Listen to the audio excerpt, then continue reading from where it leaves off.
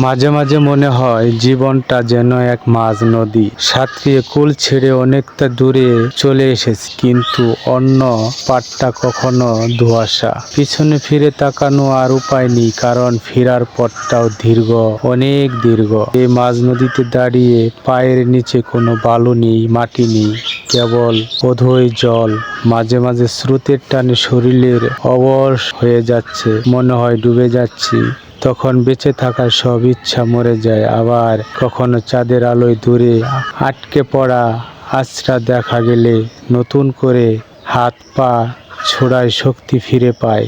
আমরা সাঁতরিয়ে বেড়াই, যদি কোনো অবলম্বন পাওয়া যায়, যদি কেউ একজন হাতটা ধরে ফেলে। কিন্তু এই মাঝ নদীতে সবাই নিজের লড়াইয়ে ব্যস্ত, কেউ কারো ভার নিতে চায় না।